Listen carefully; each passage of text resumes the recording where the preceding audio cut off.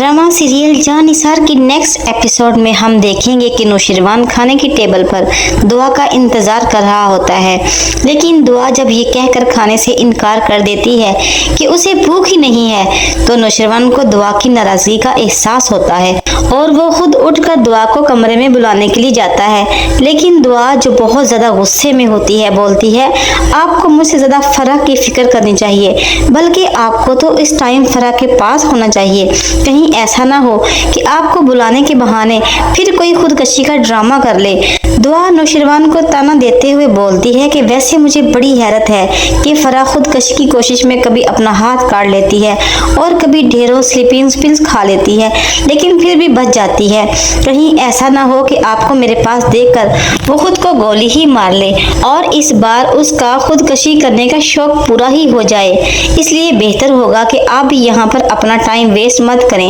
बल्कि उसके पास जाएं और उसकी तीमारदारी में उसके घर पूरी रात गुजारें, क्योंकि मैं अच्छी तरह जानती हूँ कि फराह की जिंदगी से ज्यादा आपके लिए कुछ भी अहम नहीं। नौशरवान को दुआ की बात सुनकर बहुत अफसोस होता है, क्योंकि दुआ जिसकी मोहब्बत में नौशरवान ने जमाने भर की परवाह नहीं की और उसे हासिल करने के लिए उसने एक पल के लिए भी ये नहीं सोचा कि उसके घर वाले, उसके माँ बाप या ये दुनिया क्या कहेगी। दुआ जो घर से भागने के बाद जुनेरा के अड्डे तक जा पहुंची और जमाने भर में रुसवा हो चुकी थी, लेकिन नौशरवान ने उसके साथ निकाह करके उसे न सिर्फ इज्जत और मोहब्बत दी, बल्कि सारे जहां की खुशियां लाकर उसके कदमों में रख दी। नौशरवान ने कभी एक लम्हे के लिए भी दुआ या उसके किरदार पर कभी शक नहीं किया, लेकिन एक तरफ दुआ है जो इतना कुछ होने के बाद भी नौशरवान को झूठा समझती है और अभी भी इस बात से खौफज़दा है कि पता नहीं कब नौशरवान उसे छोड़कर चला जाएगा। और इस बार और नौशरवान ने भी शदीद कशमकश का शिकार हो चुका है, क्योंकि एक तरफ तो फराह है जो उसकी मोहब्बत में उसे हासिल करने के लिए मर मिटने को भी तैयार है, और दूसरी जानब दुआ है जो कभी कशमाला और कभी फराह की बातों में आकर नौशरवान को छोड़ने को भी तैयार हो जाती है। दुआ को ऐसा नहीं करना चाहिए, बल्कि उसे लोगों से ज्यादा नौशरवान पर एतबार करना चाहिए, जो उसे साफ तौर पर बता चुका है कि वो उसके अलावा किसी से मोहब्बत नहीं करता।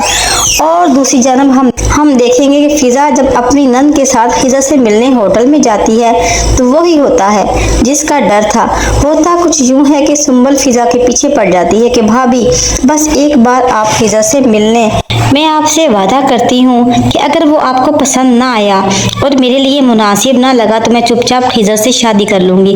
अब फिजा बेचारी तो पहले ही डरी हुई है, उसका बिल्कुल भी दिल नहीं होता कि वो दोनों छुपकर यूं खिजा से मिलने जाएं, क्योंकि वो जानती है कि अगर फराज ने उसे देख लिया तो एक हंगामा बर्पा हो जाएगा। लेकिन अपनी नंद के दिल के हाथों मजबूर होकर वो खिजा से मिलने की हामी भर लेती है और ये दोनों खिजा से मिलने होटल में जा पहुंचती हैं। तो खिजर को वहां पहुंचने में देर हो जाती है। सुंबल फिजा से कहती है कि वहां पर सिग्नल इशू है, मैं जरा बाहर जाकर खिजर को कॉल करके पूछती हूँ कि उसे आने में कितनी देर है। सुंबल जैसे ही हॉल से बाहर निकलती है, खिजर वहां पर पहुंच जाता है और वो फिजा को पहचान कर उसे अपना तारुफ करवाता है और उसके सामने ही चेयर पर बैठकर उसे बातचीत करना शुरू कर देता है।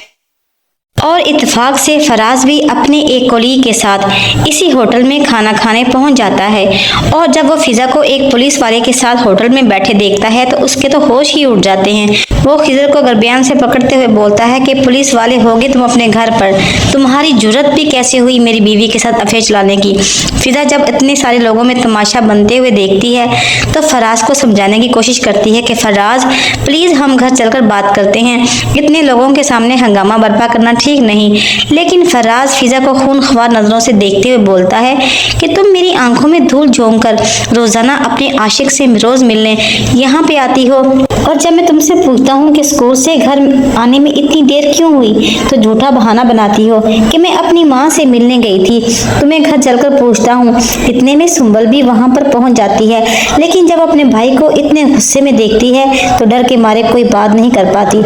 और फराज फिजा को लेकर फौरन घर पहुंचता है और घर आते ही फिजा को अपने बाप की तरफ धक्का देते हुए बोलता है कि पूछे अपनी बहू से कि ये दोपहर के इस टाइम बाजार के बहाने क्या गुल खुलाने गई थी। फिजा बेचारी को तो समझ ही नहीं आती कि वो क्या जवाब दे, क्योंकि वो सुम्बल का राज भी फाश नहीं करना चाहती और उसकी खामोशी को गलत रंग देते हुए फराज बोलता है कि इसकी खामोशी इस बात की गवाही दे रही है कि ये इतना अरसा हमारी आंखों में दूर झोंकती रही है, इसीलिए ये औरत एक पल के लिए भी मुझे अपनी जिंदगी में बर्दाश्त नहीं। फराज उसे तलाक देने ही लगता होता है कि सुम्बल फौरन बोल पड़ती है कि प्लीज भाई जुल्म मत करें, भाभी मेरे ही कहने पर खिजर से मिलने वहाँ गई थी, ये तो वहाँ जाना भी नहीं चाहती थी, लेकिन मैंने ही इनकी मिन्नतें की थी क्योंकि मैं फहा से शादी नहीं करना चाहती, मैं खिजर को पसंद करती हूँ और उसी से शादी करना चाहती हूँ, इसलिए मैंने भाभी से कहा था कि बस एक बार खिजर को देख लें, अगर वो आपको मेरे लिए पसंद ना आया तो मैं चुपचाप फहा से शादी कर लूंगी।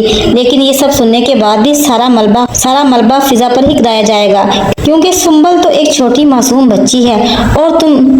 तुम उसे समझाने के बजाय उसके साथ उसके बॉयफ्रेंड से मिलने पहुंच गई। और फराज अपना वही पुराना घिसा पिटा ताना देने से बाज नहीं आता कि जितनी घटिया उसकी बहन है ना, ये खुद भी इतनी ही घटिया है। फराज को ये ताना देते हुए जरा से भी शर्म नहीं आती कि उसकी बहन और खुद उसकी अपनी हरकतें क्या हैं, ये लोग भी तो वही काम करते फिर रहे हैं। और अगर फिजा की बहन,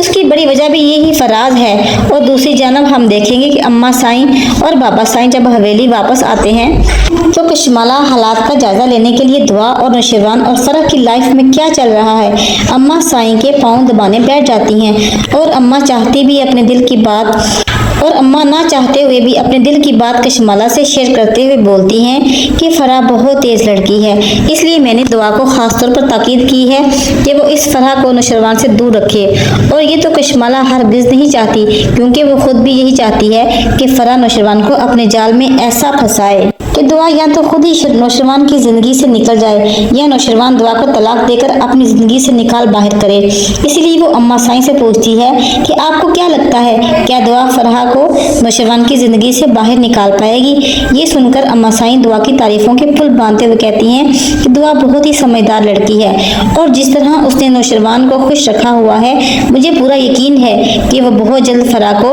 नौशरवान की जिंदगी से निकाल देगी, क्योंकि मैंने देखा है कि नौशरवान दुआ की बहुत कदर करता है और उसकी हर बात मानता भी है। अब दुआ की ये तारीफें सुनकर कशमाला का दिल चकनाचूर हो जाता है, क्योंकि नौशरवान उसकी जानब एक नजर भी नहीं देखता। इसलिए वो रोते हुए अम्मा साईं से कहती हैं कि लगता है आपको भी अपनी छोटी बहू की ज्यादा ही पसंद आ गई हैं। कशमाला के आंसू देखकर अम्मा साईं को अपनी गलती का एहसास होता है कि वो उसके सामने उसकी सौतन की तारीफें कर रही हैं, इसलिए वो फौरन कशमाला की दिलजोई करते हुए बोलती हैं, दुआ चाहे हमें कितनी भी अच्छी क्यों ना लगे, लेकिन जो तुम्हारी इज्जत और मुकाम हमारे दिल में है वो कोई भी नहीं ले सकता। कशमाला अम्मा साईं को इस बात का कोई जवाब नहीं देती, लेकिन अपने दिल में सोचती हैं कि आपके दिल में मैं मुकाम लेकर और इज्जत लेकर क्या करूंगी। मुझे तो नौशरवान के दिल में जगह बनानी है, उसकी मोहब्बत चाहिए जो कि शायद मैं कभी हासिल ना कर पाऊँ। और दूसरी जानब फिजा सुम्बल से झगड़ा करने के बजाय उल्टा उससे अफसोस करते हुए बोलती है, सुम्बल मुझे माफ कर दो,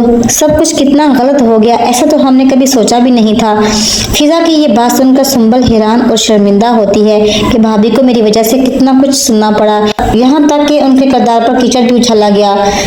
था कि आप मेरे बाल खींचती, मुझे डांटती कि मैं जबरदस्ती आपको खिजर से मिलने के लिए लेकर गई, आप भी मेरा ही भला सोच रही हैं। ये सुनकर फजा सुम्बल से कहती है कि सुम्बल, मोहब्बत करना कोई गुनाह नहीं है और मैं तुम्हें अपनी छोटी बहन समझती हूँ, इसलिए मैं तुम्हारी खुशी चाहती हूँ। और वहाँ नौशरवान और दुआ जिनके दरमियान गलतफहमी की बिना पर दूरियां बढ़ती ही जा रही हैं, तो क्या फराह इस मौके का फायदा उठाकर नौशरवान को इमोशनली ब्लैकमेल करके उससे निकाह करने में कामयाब हो जाएगी? क्या दुआ की मोहब्बत जीत जाएगी और वो फराह को नौशरवान की जिंदगी से निकाल बाहर करेगी? ये सब देखने के लिए हमें आने वाली एपिसोड का इंतजार करना पड़ेगा। आपको आज की वीडियो पसंद आई हो तो लाइक कर दीजिएगा और मेरे चैनल को सब्सक्राइब कर दीजिएगा। अल्लाह हाफिज।